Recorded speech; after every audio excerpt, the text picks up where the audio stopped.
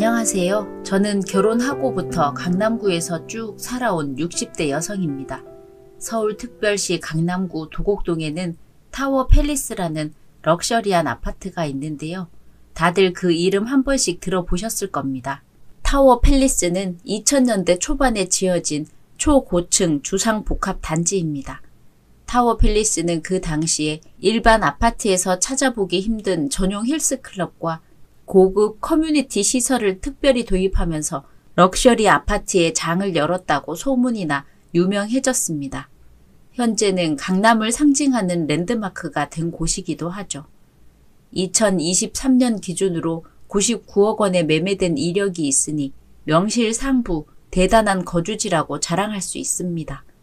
그렇다 보니 누구나 타워 팰리스에서 사는 걸 꿈꾸기도 하고 타워 팰리스에 산다라고 하면 자연스럽게 부자의 이미지를 떠올렸죠. 실제로 이 아파트에는 처음부터 CEO나 법조인, 의사 등등 사회 고위층들이 상당수가 거주했습니다. 저 역시 능력 좋은 사업가 남편을 만난 덕분에 타워 팰리스의 사모님이 될 수 있었는데요. 솔직히 처음에는 남편의 접근을 의심했어요. 능력 좋으신 분이 왜 저처럼 평범한 사람한테 관심을 가지세요? 능력 좋은 사람이 평범한 사람 만나지 말란 법 있나요? 전 그쪽처럼 돈을 많이 벌 정도로 능력 있지 않아서 바쁘게 일하고 살아야 해요. 똑같이 능력 좋은 여자 찾아서 여유롭게 연애하세요. 제 남편은 일찍부터 강남 일대에서 오락실이나 주유소, 숙박업소 등등 상권을 고려한 여러 가지 사업을 수완 좋게 운영하면서 승승장구했습니다. 하는 사업마다 다 번창하면서 수백억 원대 재산을 갖게 되었죠. 자신이 남겨온 수많은 발자취를 자랑스럽게 말했는데 남편은 그것이 어필인 줄 알았나 봅니다. 저 같은 사람에겐 부담인 줄도 모르고 그렇게 자랑하더라고요. 저는 계속 남편을 거부했고 거부하는 이유에 대해서 수도 없이 설명했어요. 그러니 남편이 태도를 바꾸더군요. 제가 수키 씨를 단순히 연애 상대로만 생각한다고 생각하는 것 같은데 전 여기 빵 먹으러 자주 오면서 수키 씨를 오래 봐서 알아요. 누구랑 가족이 되고 싶다고 생각한 건 처음이었어요. 네? 괜찮으시다면 전 결혼 전제로 진지하게 만나보고 싶은데요. 남편은 사실 오래전 가족을 질병으로 잃고 20대 때부터 어렵게 혼자서 버텨온 자수성가를 한 사람이었어요. 남편의 가정사를 듣고 나서야 저는 남편에게 마음의 문을 열 수 있었어요. 그렇게 평범하게 살던 저는 남편과 인연이 되어 결혼하자마자 벤틀리 차를 타게 되는 영광을 누렸습니다. 그때만 해도 저처럼 평범한 집안의 사람들은 타워 팰리스를 가진 사람에게 시집 장가를 가고 싶어서 눈에 불을 켠 사람들이 많았어요. 그래서 이 건물에서는 불우한 사건을 겪는 가정들도 종종 있었습니다. 그런데 저희 부부는 타워 팰리스 안에서 보기 드물게 서로를 존중하며 아주 행복하게 지냈어요. 저는 남편 덕분에 많은 재산을 누리게 되었다고 해서 거만하지 않았고 남편은 재산이 많다고 해서 아내인 저를 기만하지 않았죠. 저희는 아들 하나를 낳은 후 더욱 안정적으로 행복의 절정을 누렸습니다. 그러나 결혼한 지 불과 16년 만에 행복했던 저희 가정에 처음으로 불행이 닥치고 말았어요. 놔두고 먼저 가지마 여보. 우리 아들이랑 나는 당신이 있어야만 살아갈 수 있어. 난 항상 당신이랑 우리 아들 곁에 있을 거야. 약속할게. 나 약속하면 지키는 사람인 거 알지? 남편은 췌장암으로 일찍 세상을 뜨게 되었습니다. 남편이 우리 곁을 떠나기 전 미리 우리 모자가 먹고 살 수 있게 다 준비를 해 놓았습니다. 그 덕분에 사실상 경제적으로 힘든 건 하나도 없었습니다. 남편이 없는 공허함이 저를 힘들게 만들 뿐이었죠. 그래도 남편과 많이 닮은 아들을 보면서 기운내고 살았습니다. 아들은 똑똑했던 남편처럼 명석하게 자라주었어요. 어머 석훈아, 너 또 1등급 받은 거야? 우리 아들 너무 공부 열심히 하는 거 아니야? 열심히 해서 크게 한 자리 하고 있어야 아빠가 나를 자랑스럽게 생각하지 않겠어? 엄마한테도 든든하게 도움 될 수 있고. 아들은 초등학생 때부터 좋은 성적으로 학교를 졸업해 유학도 가면서 걱정 없이 지냈습니다. 그리 세월을 보내다 보니 어느새 아들이 새로운 인연을 만나 제게 소개시켜 주는 날이 오기도 했어요. 유학지에서 만난 여자친구라고 하더군요. 이름이 은별이에요? 정말 별처럼 예쁘네. 감사합니다, 어머님. 어머님도 엄청 고우세요. 석훈 씨가 누굴 닮았나 했더니 어머님이랑 완전 판박인데요. 그래요? 우리 석훈이는 지아빠 닮았다는 소리 많이 들었는데. 이목구비랑 웃는 모습이 딱 어머님인데요, 뭘. 며느리가 어떤 사람인지 잘 알지 못했지만 결혼식을 올리기 전까지 가끔 보는 며느리의 모습들이 제 마음에 쏙 들었습니다. 본인 입으로 지극히 평범한 가정에서 자랐다고 하는데 그거야 뭐 우리 집이 워낙 잘 살아서 딱히 며느리의 집안 형편은 중요하지 않았어요. 게다가 아들과 며느리가 사이 좋게 지내는 걸 보니 과거의 저와 남편의 모습을 보는 것 같기도 해서 뿌듯하더라고요. 그래서 저는 아이들에게 큰 선물을 하나 해주고 싶었습니다. 이 집 너희한테 줄 테니까 잘 살아봐. 그 얘기에 토끼처럼 놀란 눈을 하던 며느리가 귀여웠습니다. 네? 아니에요, 어머님. 그러실 필요 없어요. 저희한테 이 집 주시면 어머님은 어떡하시려고요? 내가 이 집 주인인 거 몰라? 나 돈 많아. 에이, 아무리 그래도 이건 도리가 아니에요. 전 그러면 저희가 합가할게요. 합가? 됐다 얘. 그건 내가 불편해서 싫어. 어차피 나 혼자 이 집에서 지내기엔 너무 불필요하게 커서 팔아 넘기려고 했어. 남 줄 바엔 내가 사랑하는 아들이랑 며느리 주는 게 낫지. 어머님, 그럼 저희가 집값이라도 드릴게요. 하하하, 이 집이 얼마나 할 줄 알고 그런 무서운 약속을 한대? 그래, 은별아. 우리 엄마 우리한테 뭐 받을 생각으로 이 집 주려는 거 아니야. 우리가 기쁘게 받아야 엄마도 좋아하신다니까. 그렇게 남편과의 추억이 묻은 이 집은 아들 부부의 신혼집으로 주었습니다. 저는 아파트에 지긋지긋해져서 근처 주택을 알아보고 이사했어요. 둘은 결혼 후 아들의 바람으로 며느리는 직장을 관두게 되었습니다. 둘이서 어떻게 살든 이제 다 큰 애들 마음이니까 제가 딱히 간섭하진 않았어요. 그렇게 무난히 한 해가 지났습니다. 우리 아들은 바빠서 잘 보지 못했지만 한 번씩 며느리가 제 집에 놀러와서 안부는 듣고 살 수 있었어요. 그러던 어느 날엔 아들도 시간이 되어서 함께 찾아온 적이 있었는데요. 아들이 못 본 사이에 너무 잘생겨진 거예요. 어? 석훈아, 너 살 엄청 빠졌구나. 우리 아들이 이렇게 잘생긴 남자였어? 그래? 내가 살이 그렇게 많이 빠졌나? 엄청 빠졌어. 결혼 전엔 약간 비만기가 있었는데 지금이 훨씬 보기 좋다. 아들은 제 칭찬에 머쓱해 하면서도 금방 낮잠이 자고 싶다며 자리를 떴습니다. 며느리와 단 둘이 남은 저는 며느리에게 감사 인사를 전했어요. 우리 아들이 너 만나기 전에는 그렇게 다이어트 노래를 불렀는데 마누라 잘 만나서 이제야 건강관리를 제대로 하네. 다 네 덕분이야. 정말 고맙다. 고맙긴요. 제가 챙겨주기도 잘 챙겨주지만 요즘 석훈 씨가 일이 많아서 늦게 퇴근하고 일찍 출근하거든요. 그래서 살이 더 쪽 빠지나 봐요. 가끔씩 잠도 잘 못 자서 수면제도 먹고 있거든요. 일이 그렇게나 많아? 그것도 걱정이다. 그래도 뭐 네가 알아서 잘 챙겨주니 내가 멀리 떨어져 있어도 마음은 편해. 전 그저 그의 건강 관리만 해줬을 뿐인데요, 뭘. 제 손을 떠난 아들을 며느리가 지극정성으로 돌봐주는데 그런 며느리를 예뻐하지 않을 시어머니가 어디 있겠습니까? 딸 같은 며느리는 없다고 하지만 저는 며느리를 딸을 보는 마음으로 아꼈습니다. 그 마음을 용돈으로 표현했죠. 제가 며느리에게 줄 수 있는 최고의 애정이 겨우 용돈이라는 게 미안할 뿐이었어요. 그게 얼마나 큰 내조인데 도움 필요하면 언제든지 말해. 그리고 우리 아들 신경 써주는 건 고맙지만 너무 내조에만 집중하지 말고 친구들도 만나서 놀고 그래라. 나는 너도 걱정이 돼. 매번 이렇게 많이 챙겨주시는 것만으로도 엄청 도움이 되는걸요. 역시 어머님이 짱이에요. 착한 며느리는 제게 받아간 용돈들을 꼬박꼬박 모으고 있다고 자랑하더군요. 혹시나 가족에게 무슨 일이 생기면 걱정 없이 돈을 쓸 수 있도록 말이죠.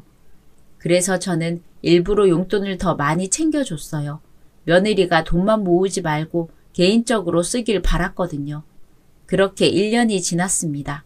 평화롭던 오후, 저는 충격적인 전화 한 통을 받게 되었어요. 어머님, 저예요. 지금 석훈 씨가 응급실에 실려갔거든요.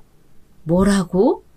갑자기 아들이 쓰러져서 병원에 실려갔다고 며느리에게 전화가 온 겁니다. 그게 무슨 소리야? 우리 석훈이가 왜 쓰러져? 저도 병원에서 연락만 받은 거라 자세히는 모르겠어요, 어머님. 제가 지금 다른 곳에 나와 있어서 남편한테 당장 가볼 수가 없는데 어머님께서 대신 가주시겠어요? 그러마. 심각한 건 아니겠지? 위치가 어디니? 내가 바로 출발할게. 심각한 건 아닐 거예요. 걱정 마세요. 제가 지금 주소 보내드릴게요. 건강하기만 했던 아들인데 병원이라니 제겐 청청병력과도 같은 소식이었습니다. 저는 옷도 제대로 갈아입지 못하고 급하게 가방만 챙겨서 집을 뛰쳐나갔어요. 무슨 정신으로 병원까지 갔는지 아직도 기억이 나질 않습니다. 그렇게 도착한 응급실에서 저는 아들의 모습을 보고 눈물을 흘릴 수밖에 없었어요. 어머, 얘 왜 이렇게 살이 빠졌어? 무슨 일이야 이게? 손목은 또 왜 이렇게 상처가 많은 거야? 아들은 작년에 보기 좋게 빠진 모습에서 더 많은 살이 빠져 있었습니다. 무슨 고생을 한 건지 아들 손목에는 이상한 줄 자국과 살이 까져 있었습니다. 선생님, 우리 아들 왜 이래요? 무슨 병이 있는 거예요? 아니요. 평소에 과로랑 수면 부족이 누적되면서 빈혈 수치가 심하게 낮아진 것 같네요. 네? 그럼 어떻게 해야 하나요? 괜찮아질 수 있는 거 맞죠? 물론이죠. 건강관리하시면 충분히 회복 가능합니다. 그런데 이 이후에도 계속 이런 생활 패턴이면 위험할 수 있어요. 며느리에게 종종 아들의 근무 강도가 높아지고 있다고는 들었습니다. 그런데 도대체 일이 얼마나 바쁘길래 먹는 것도 좋아하고 편식도 없던 애가 빈혈이 올 정도인가 싶었어요. 아들은 마치 못 잔 시간을 몰아서 자는 듯 깊은 숙면을 취하고 있었습니다. 그리고 머지않아 뒤늦게 며느리가 급하게 들어왔습니다. 며느리가 오니까 제 마음이 다시 동하여 눈물이 나더라고요. 저는 며느리에게 이것저것 정신없이 물었습니다. 아가, 우리 아들 어떡하면 좋니? 저도 깜짝 놀랐어요. 남편이 출퇴근할 때는 멀쩡해 보여서 전혀 몰랐거든요. 그런데 우리 아들 손목에 이 상처는 왜 이런 거야? 혹시 뭐 들은 거 없어? 글쎄요. 회식이 많던데 술 먹고 나서 사람들이랑 티격태격이라도 했나 봐요. 티격태격? 석훈이가 사람들이랑 싸우기라도 했다는 거야? 우리 아들 그럴 사람 아닌 거 너도 잘 알잖아. 알죠. 하지만 남편이 술 마시면 어떤 사람이 되는진 저도 잘 몰라요. 어머님이 모르시는 것처럼. 착한 아들이 남모르게 받고 있는 스트레스가 있나 싶어서 걱정이 되었습니다. 그런데 여기서 묘하게 눈에 거슬리는 것이 하나 있었어요. 며느리가 생각보다 아들의 상태를 보고도 퇴원했다는 것인데요. 예, 이것 좀 봐라. 여기 얼굴에도 멍이 있더라고. 술 때문에 그런 거 많네요. 남편이 술 마시고 들어오면 집에서도 잘 넘어지고 그러더라고요. 이건 제가 24시간 남편을 지켜보고 있는 게 아니라서 저도 어떻게 할 수가 없어요. 며느리 말에 흠잡을 점이 하나도 없었지만 희한하리만큼 제 마음이 불편했습니다. 어머님, 이제 제가 있을게요. 늦었는데 그만 들어가 보세요. 그래 고맙다. 네가 또 고생이 더 늘었구나. 아니에요. 제가 남편 돌보는 게 얼마나 천직인지 아시잖아요. 그래, 내일 전화할게. 수고 좀 해줘. 혹시나 아들과 며느리가 부부싸움을 자주 하는데 나한테 알리기 좀 그래서 비밀로 하다가 일이 이 지경까지 된 건 아닐까. 그 생각까지 들어서 저는 병원을 바로 떠나지 못하겠더군요. 그래서 가던 발걸음을 돌려 다시 병실로 들어가려는데 며느리는 제가 아는 착한 며느리 모습 그대로 우리 아들을 지극정성 보살피더군요. 사랑하는 며느리를 상대로 나쁜 의심을 한 것 같아서 제 스스로가 죄스러웠습니다. 며느리가 있으니 저는 걱정을 덜고 집으로 돌아왔습니다. 그리고 다음 날 아들이 무사히 퇴원했다는 연락을 받았습니다. 하지만 밤만 되면 한 가지 걱정이 저를 괴롭혔는데요. 아무리 생각해도 그냥 빈혈이라고 하기엔 아들 손목에 난 상처가 마음에 걸리더라고요. 그렇지만 제가 따로 알 길은 없었어요. 언제는 한번 아들에게 전화해서 물어본 적도 있었는데요. 괜찮다니까 다행인데 몸 좀 잘 챙겨. 먹고 사는 게 뭐가 중요하니 건강만큼 중요한 건 없어. 알았어. 그런데 너 손목은 왜 그런 거야? 이상한 상처 자국이 있던데. 그러네. 이게 뭐지? 잘 모르겠는데. 넌 네 몸에 난 상처도 모를 정도로 일을 하는 거야? 그렇게 무리할 거면 차라리 때려치워. 나 괜찮아 엄마. 진짜 무리다 싶으면 알아서 관둘게. 아들도 며느리도 모른다고 하니 아들 손목의 상처는 결국 어떤 이유인지 알아낼 수 없었습니다. 며느리 말로는 제가 걱정하면 아들이 더 신경 써서 힘들어진다길래 결국엔 둘이서 알아서 잘하겠지 싶어 믿고 내버려 두게 되었어요. 하지만 제게 비극은 이제부터 본격적으로 시작되었습니다. 애들이 결혼 3년차쯤 되었을 때였어요. 며느리에게서 또 한 번의 믿을 수 없는 소식을 듣게 됩니다. 어머님, 석훈 씨가 또 쓰러졌대요. 어떡해요? 며느리의 목소리가 급한 것을 보니 이번에는 정말 심상치 않은 느낌이 들었어요. 저는 작년보다 더 정신없이 허겁지겁 병원으로 달려갔습니다. 그리고 응급실로 들어가서 아들을 보자마자 입을 틀어막고 말았어요. 충격적이게도 아들의 몸이 저랑 비슷하게 말라버린 거 아니겠어요? 아니, 이게 무슨 일이야, 석훈아. 너 왜 이렇게 삐쩍 골았어? 보호자세요? 네, 우리 아들 왜 이런 거예요? 또 빈혈이에요? 영양실조입니다. 네? 영양실조라고요? 영양실조는 못 먹는 사람들이 걸리는 거 아니에요? 간호사 입에서 나오는 진료 결과를 믿을 수가 없었습니다. 영양실조라니 그 원인이 이해가 안 되었거든요. 다른 병이 있는 건 아니냐고 물어도 간호사가 영양실조라고만 하니까 황당하기만 했어요. 그때 미리 와 있던 며느리가 어딜 다녀온 건지 뒤늦게 나타났습니다. 어머님 오셨어요? 왔니? 아니 도대체 이게 어떻게 된 거야? 간호사가 이상한 소리를 한다? 우리 아들이 영양실조래. 도대체 왜 내 아들이 영양실조야? 일이 많다고 밥을 못 먹는 건 아닐 거 아냐. 밥 굶기면서 일 시키는 회사가 어딨다고? 진정하세요 어머님. 사실은 남편이 최근에 다이어트 중이었어요. 뭘 해? 다이어트요. 식단 조절하면서 살 빼는 거 아시죠? 석훈이가 그런 걸 왜 해? 다이어트 할 정도로 비만도 아닌데. 안 그래도 바빠서 잠도 잘 못 자는 애가 다이어트는 무슨 다이어트? 어머님이 걱정하실까봐 말 못했는데 남편이 고지혈증이더라고요. 그래서 다이어트 시작했어요. 아무리 그래도 그렇지. 지금 이 꼴이 다이어트야? 사람 죽이는 짓이지? 넌 애가 이 지경으로 될 때까지 보고만 있었어? 좀 말리지 그랬어. 어머님 왜 저를 이상한 사람으로 몰아가세요? 그리고 말리긴 뭘 말려요. 남편이 고지혈증이라고 하면 아내인 제가 당연히 관리해줘야죠. 지금도 제 관리하에 다이어트하고 있는 거예요.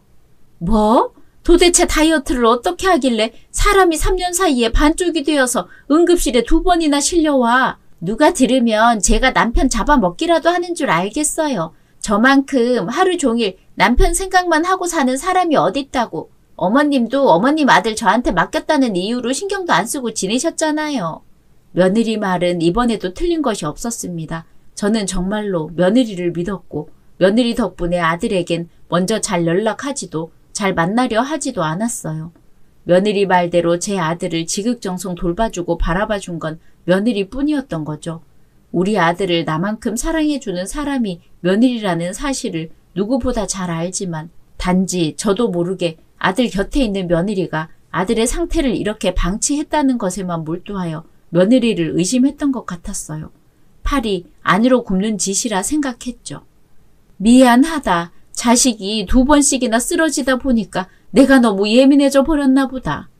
아니에요 어머님. 그럴 수 있죠. 걱정 마세요. 그래도 고지혈증 수치는 많이 낮아졌어요. 그래. 나 한숨 돌려야겠다. 커피 한 잔 뽑아올게요. 여기 계세요. 며느리는 말이며 행동이며 뭐 하나 달라진 것 없이 여전히 상냥했습니다. 그런데도 며느리를 향한 제 마음은 갈수록 불편했고 왠지 모르게 의심이 들기 시작했습니다. 아들은 영양제를 맞고 또 무사히 퇴원했다고 소식을 전해왔습니다. 그럼에도 이번에는 마음을 완전히 놓을 수가 없었어요. 그러던 중 아들한테서 문자가 왔습니다. 엄마, 우리 집으로 와줘. 그 문자를 본 순간 기분이 이상했습니다. 전화를 한 것도 아니고 아무 설명도 없이 오라고 초대하는 것도 아니고 집으로 와 달라니. 며느리에게 전화를 해볼까 하다가 아무래도 찜찜해서 새벽에 몰래 애들 신혼집을 찾아갔습니다. 원래부터 제 집이었기에 마스터키를 가지고 있어서 수월하게 열고 들어갔어요. 집안이 넓으니 조용하게 들어갔습니다. 한참 새벽이라 애들은 자는 것 같았어요. 저는 불이 켜져 있는 주방으로 자연스럽게 향했습니다. 그런데 주방에 들어가자마자 식탁 위에 수면제 약들이 널브러져 있더라고요. 쓰레기통에도 수면제 봉지가 널리고 널려 있었습니다. 아들이 불면증 때문에 갈수록 잠을 못 잔다고 했으니 그 때문에 수면제 복용 양도 늘어났다고 예상할 수 있었어요. 저는 주위를 둘러보다가 안방 쪽으로 걸어갔습니다. 문이 살짝 열려 있길래 조용히 그 안을 들여다봤어요. 혹시라도 저를 발견하고 애들이 놀랄까봐 최대한 조심했습니다. 그러나 곧 놀라서 주저앉을 수밖에 없었어요. 문틈 사이로 우두커니 서 있는 어떤 물체를 보았거든요. 그것의 정체는 금방 알아볼 수 있었어요. 다름 아닌 며느리였습니다. 며느리가 골아떨어진 우리 아들 손목에 케이블 타이를 묶은 채 베개로 아들의 얼굴을 눌러 숨을 못 쉬게 만들고 있는 것이 아니겠어요?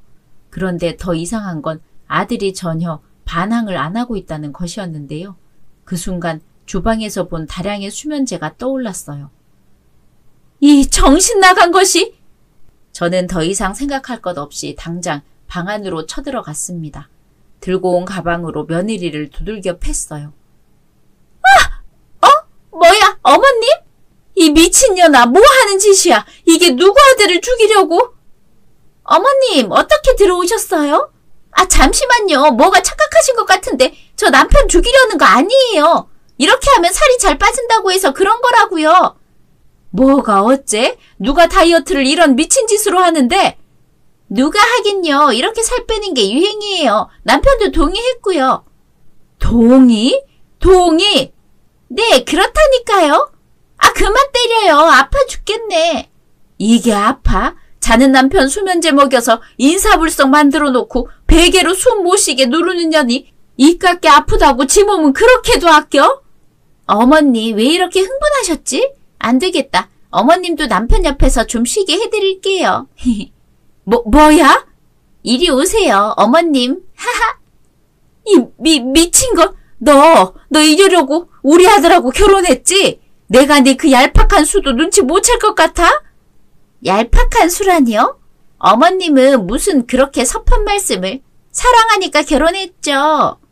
너 우리 집안이 수억 원대 재산 가니까 내 아들 재산을 노리고 고의적으로 계획 인사를 벌이려는 거 아니야? 무슨 소리 하시는 거예요? 수면 부족이랑 피로가 살 빼는데 직방이라서 제 나름대로 노력하는 건데 남편 다이어트 시킨다고 제 잠까지 줄여가면서 애쓰는 거 안 보이세요? 이거 완전 또라이 아니야. 뭘 잘했다고 적반하장이야? 너 당장 이 집에서 나가? 나가야 할 사람은 제가 아니라 어머님이죠. 여긴 우리 신혼집인데 왜 몰래 들어오셨어요? 이거 주거 침입인데 그건 용서해 드릴게요. 이왕 이렇게 된 거 두 분 나란히 보내드릴게요. 저를 향해 웃으며 다가오는 며느리는 더 이상 사람이 아니었습니다. 며느리가 제 팔을 잡으려는 찰나 밖에서 찻소리가 들렸습니다. 낌새가 이상한 걸 눈치채고 제가 미리 경찰을 불렀었거든요. 며느리는 경찰이 오는 걸 보더니 저를 내버려 두고 뒷문으로 도망을 가더군요. 다음날 아침까지 저는 잠 한숨 못 자고 있다가 나중에 깨어난 아들에게 이 모든 사실을 얘기했습니다. 엄마, 와줬구나. 그래, 넌 괜찮아? 괜찮아, 엄마. 괜찮긴 하나도 안 괜찮은 것 같은데 너 뭔가 낌새 눈치채고 나한테 문자 넣은 거지? 아직도 그 어두컴컴한 방 안에 우뚝 솟아있는 며느리가 생각나서 무서워 죽겠다. 와이프가 최근에 좀 이상하더라고. 그런데 그런 끔찍한 짓을 꾸미고 있을 줄이야. 이상하다니 뭐가 이상한데?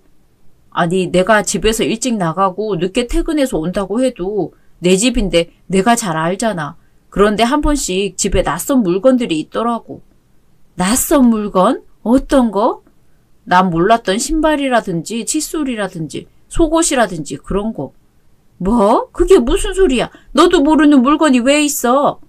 와이프 말로는 나 위에서 사놓은 거라고 하던데 아무리 봐도 새 것 같지가 않더라고. 그런데 와이프가 새 거라고 우기니까 내가 더 이상 할 말이 있어야지.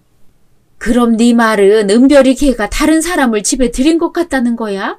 아닐 거라고 믿고 있지만 엄마랑 얘기할수록 맞는 것 같기도 해. 엄마, 내가 어제는 느낌이 영 이상해서 엄마한테 문자도 보내고 자기 전에 저 선반 위에 핸드폰으로 촬영하려고 올려놨거든? 동영상 찍혔는지 보자. 핸드폰에는 새벽에 있었던 일이 고스란히 찍혀 있었습니다. 그걸 본 우리 모자는 할 말을 잃었습니다. 엄마, 됐다. 무슨 말이 더 필요하겠니? 아들은 말 한마디 내뱉는 것도 버거워 보였습니다. 저는 아들에게 말해서 하루 연차를 급하게 내도록 시켰습니다. 그리고 아들 밥부터 먹인 후에 아들과 함께 사실 정황을 알아보기 위해 집안을 뒤져보았습니다. 놀랍게도 어렵지 않게 그 증거들을 찾을 수 있었습니다. 며느리는 우리 집 재산을 독식하려고 천천히 준비하고 있었더라고요. 우리 아들을 죽이고 그 보험금과 유산을 받아서 젊은 애인이랑 호의호식하려고 했던 것 같아요. 결정적인 증거로는 아파트 CCTV를 확인해서 잡을 수 있었습니다. 며느리가 우리 아들 없을 때 젊은 애인을 끼고 자연스럽게 집에 들락거렸더라고요.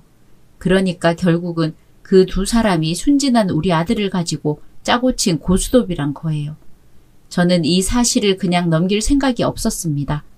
그 발칙한 년을 무슨 수를 써서라도 대가를 치르게 하고 싶었어요. 그래서 쫓겨나서 지 친정으로 갔다는 며느리를 찾아갔습니다. 며느리는 저를 보자마자 자기를 이해하고 데리러 온 줄 알았는지 한방 미소로 저를 맞이하더군요. 어머님, 역시 어머님은 저를 버리지 않으실 거라 믿었어요. 내가 널 어떻게 버리니? 아직 너한테 돌려준 거 하나도 없는데. 네? 내 당장 모든 재산을 걸고 변호사 수십 명을 선임해서 너랑 그놈 나란히 콩밥 먹게 할 거야. 갑자기 무슨 소리세요? 콩밥이라니요. 농담하시는 거죠? 그리고 요새 교도소에서 콩밥 안 줘요. 밥 얼마나 잘 주는데요. 그래? 잘 됐네. 그럼 밥 잘 주는 곳 가서 네가 그렇게 좋아하는 건강관리 잘 해보길 바랄게.